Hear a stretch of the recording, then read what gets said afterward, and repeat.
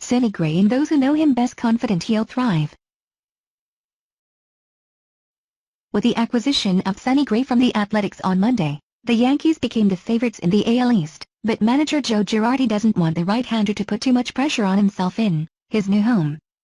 "It's important he knows we went and got Sonny because we just wanted Sonny to be Sonny," Girardi said Tuesday at Yankee Stadium. "We feel like he has an opportunity to help us, but the other guys in the rotation have to do their jobs." I said, "We're not expecting you to go throw a shutout every time you go out. Just go be yourself." Just what that is will be on display beginning Thursday in Cleveland. And Gray said he is prepared for the challenge. "Expectations are always high at a place like this and I wouldn't want it any other way," Gray said. "I'm ready. I couldn't be happier with how it all played out," and those around Gray expect things to play out well in the Bronx. Derek Johnson was the pitching coach at Vanderbilt University when he first saw Gray, who lived near the Nashville campus. "He was about 15 and one of our pitchers was throwing a bullpen session where fans could watch," said Johnson, now the pitching coach for the Brewers. "I remember this punk kid with frosty blonde, spiky hair standing there watching, and after the bullpen session was over, he asked me how hard the pitcher threw.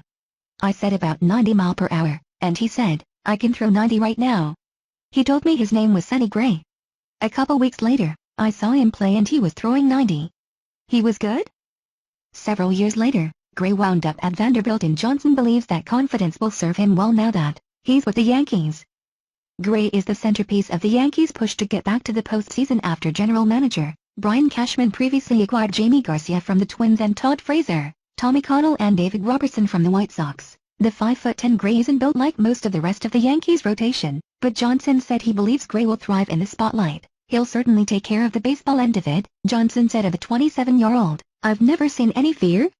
Ever. There will be an adjustment to New York and all that goes on there, but knowing the playoffs are right on his fingertips will be good for him." Gray's high school coach, Barry Vetter, agreed. "Fans will like him and it's not like he's a $100 million player," Vetter said. "He'll give the Yankees what they want, especially with that bullpen, and he wants to compete. It doesn't matter if it's a board game or a sprint. He was never a great practice player unless I put a reward or punishment attached to it, then he'd want to win." Gray will find out soon enough if he's built for it after pitching in Oakland. Although he performed well in the 2013 ALDS as a rookie with the A's, he pitched 8 shutout innings in a win over the Tigers in Game 2 before giving up 3 runs in 5 innings in a 30-Game 5 loss. Since then, Gray established himself as one of the top pitchers in the American League. When healthy, Gray was on the disabled list twice during a terrible 2016 with a strained right forearm and a strained right trapezius. He was also sidelined by a strained lat earlier this season, but has pitched well since his return, which is why the Yankees were willing to give up prospects Jorge Mateo, James Kaprielian and Dustin Fowler in exchange for Gray. "I've never felt better," Gray said.